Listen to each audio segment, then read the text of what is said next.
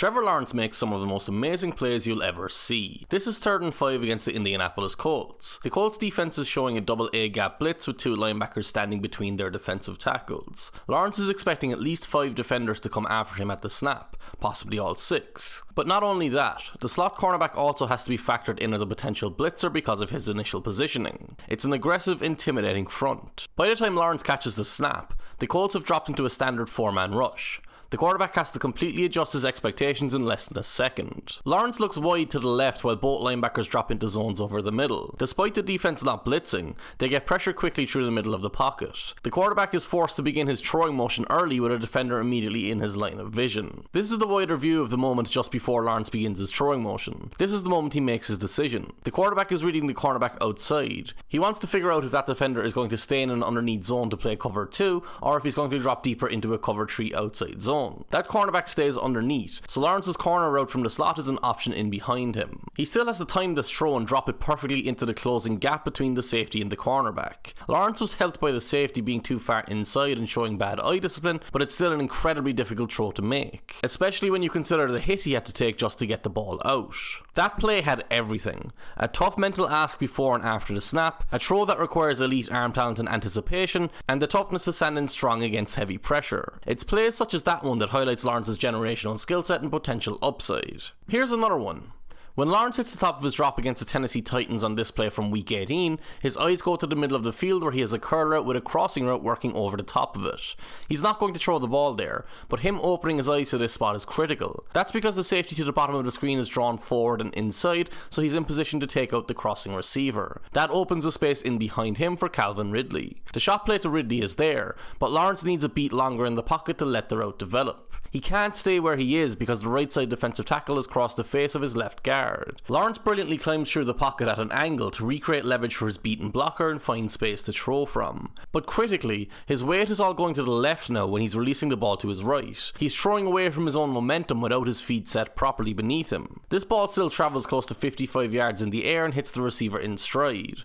It's not a purely arm strength throw, but it's primarily down to his generational arm talents that he can even attempt that throw. Despite that touchdown, the Jaguars lost that week 18 game. If they had won it, they'd have made the playoffs. And while that throw was great, that game also captures why Lawrence hasn't yet reached the potential his career at Clemson promised. There are 2 plays in particular that stood out for the wrong reasons from this game. The first is this inexplicable interception. It's 2nd and 2 in Titans territory. The defense shows quarters coverage before the snap, but will rotate into cover 1 robber with the near side safety stepping forward and inside to take away the middle of the field. We can see Lawrence look right after catching the snap where he has 2 receivers releasing together. His tight end is about to step across the face of the defender and come wide open if Lawrence makes a quick decision and throw. Instead, Lawrence looks back across the field to his curl route. That receiver is wide open, but he's already turned around, so Lawrence is late to release the ball. The receiver knows he needs to come back to the ball and break outside if necessary. Yet, despite Lawrence taking the time to see the receiver come open instead of throwing in anticipation, he still somehow wildly misses the throw.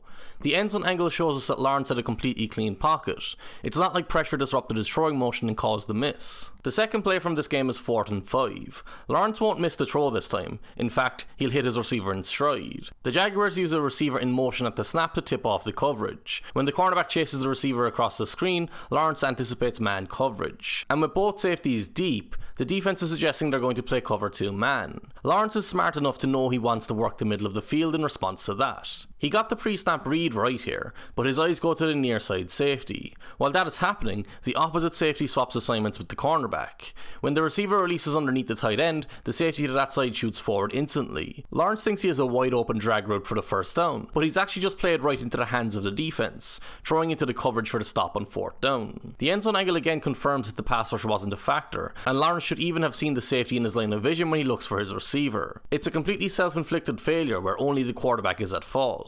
Much like Andy Dalton, for example, Lawrence's field vision is a constant problem. He rarely adjusts the defenses appropriately after the snap. This play against the Kansas City Chiefs is very similar. It's 3rd and 2.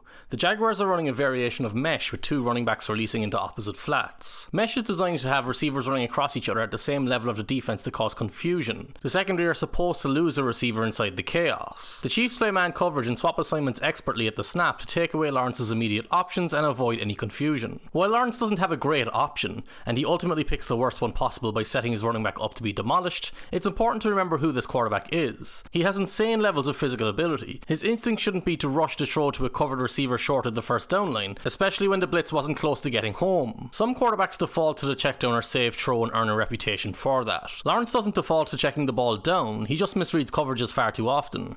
In fact, he'd benefit from checking the ball down more often. If we just run through this play as if you're watching it live on a Sunday, you'd probably come away blaming the receiver for not getting open enough or not making the catch on the sideline. But we need to rewind it and understand the context of the play. It's 2nd and 2. The Jaguars don't need a chunk play downfield, even though they do have 3 receivers running vertical routes. The end zone angle gives us the best view of Lawrence's process on this play. His eyes read the linebacker over the middle of the field. He's fully turned and running into a zone over the middle. The Colts defense has sunk into zones to take away the 2 post routes. Lawrence correctly looks away from this area of the field, but he looks outside to his left. It's just as crowded out there with a cornerback over the top and a linebacker running underneath the receiver's comeback route.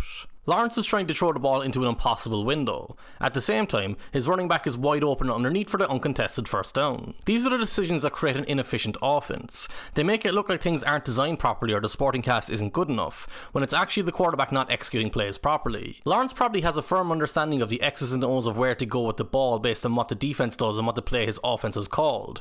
We can say that because we've seen him do it a lot. But these plays are a result of a lack of comfort or composure in the pocket, and the problems manifest themselves in other ways besides missing checkdowns. Lawrence makes insane throws into tight windows at times. He also throws into tight windows far more often than he should because he predetermines where he's going with the ball. On this 2nd and 12 play, there's no justification for Lawrence's decision to throw to his deep out route. This is the moment just before he starts his throwing motion. You can see the outside cornerback is set up to take that exact route away. He's already turned and widening to take away the outside. At the same time, the underneath defender has completely abandoned his underneath zone so that he can turn and run underneath the deeper route. Lawrence is throwing into double coverage. You can see there was never a chance for this completion. If anything, it could have been intercepted. And if Lawrence just took a breath, he could have hit his underneath receiver to keep the offense moving in the right direction. Or he could have stepped up into the pocket to throw to the middle of the field instead. Part of the reason for Lawrence rushing to get the ball out is he's clearly not comfortable working the pocket. It wasn't something he did much of in college in the Clemson offense. It was very much a catch and release system there. And he hasn't proven himself capable of doing it since then in the NFL either. This 3rd and 4 play is a great example of the issues he creates for himself. There is no wide open receiver. The only real outlet is the running back in the flat, but he's not likely to get the first down. So Lawrence needs to hold the ball to let the play develop a bit more. His pocket holds up relatively well. Lawrence can stay in the centre and move slightly forward to recreate leverage for his left guard. He needs to show off subtle, balanced feet to do that. But he's a player who makes large, aggressive movements rather than subtle, short movements within the pocket. And that's why he turns to run into the sack instead of giving the play any chance of succeeding.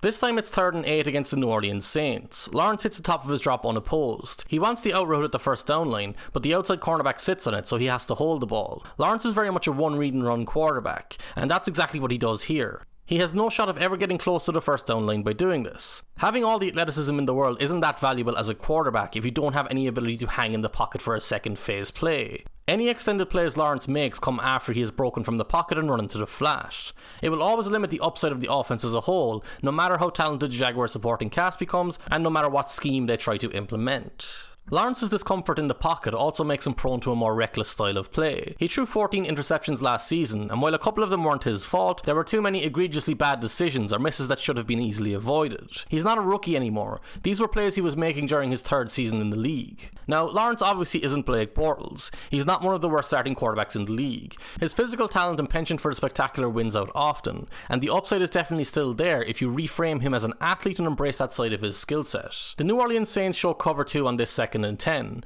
but by the time Lawrence hits the top of his drop, they have rotated into cover 1 with the linebacker covering the middle of the field underneath. The safety rotated down to cover the slot receiver rather than be the robber over the middle. Lawrence was looking for that slot receiver from the get-go. The coverage shift allows the safety to undercut the route, putting himself in position for an easy pick 6. But Lawrence's arm talent allows him to zip the ball past the undercutting safety and place it perfectly for his receiver outside. For most quarterbacks, that's an easy turnover going in the opposite direction, but Lawrence has a level of arm talent that when used right, it completely nullifies good coverage. Any kind of aggressive coverage against Lawrence actually plays to his favour. The Buffalo Bills are blitzing on 3rd and 4 with every player within 6 yards of the line of scrimmage here. It's not a bluff. When the ball is snapped, they go to a cover 0 blitz with 6 defenders chasing down Lawrence. Everyone else is in single coverage, so the quarterback looks for his slot fade route on the wide side of the field, the perfect route to attack this play call. Lawrence is hit just after he releases the ball, ball, but the pressure has no impact on the throw. He delivers a perfect ball to Calvin Ridley. Ridley is 29 yards past the line of scrimmage when he catches the ball, and Lawrence released it from the far hash mark, making this more than a 40-yard throw. Far hash throws are not even a challenge for Lawrence. He easily pushes the ball past trailing defenders to hit receivers before they go over the sideline. Where other quarterbacks are strained, he's relaxed. This touchdown throw against the Atlanta Falcons is a great encapsulation of who Lawrence is as a quarterback right now. It's another aggressive blitz call that Lawrence will eventually punish for a touchdown. Both linebackers are blitzing while the defense shifts into zone coverages behind them. The blitz design works perfectly.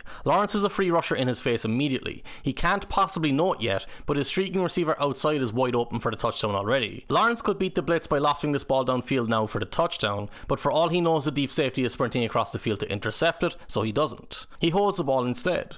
This is where Lawrence's athleticism and aggressive movements work in his favour. He sidesteps the free blitzer with ease before throwing the ball to the end zone off his back foot while on the move as a second defender arrives to get in his face. He needed all of his arm talent to get the ball there. The hype surrounding Lawrence was out of control this time 12 months ago. Expectations have been thoroughly tempered entering this season despite his massive new contract extension. He's not going anywhere else anytime soon, so the Jacksonville Jaguars desperately need him to start moving his reality closer to his perceived potential if they are going to become a real contender in the AFC, or even just the AFC South actually, because right now he's comfortably the second best starting quarterback in that division, and by the end of the season he could feasibly be third or even fourth if Will Levis works out in Tennessee. Jaguars fans desperately don't want to hear it, but after 3 years, his closest NFL comparison is probably Jay Cutler. Cutler never figured out how to be a consistent, technically refined quarterback despite his arm talent and athleticism. Lawrence still might figure it out, but of course, many NFL teams, coaches, and fans spent a very, very long time hoping the same for Cutler,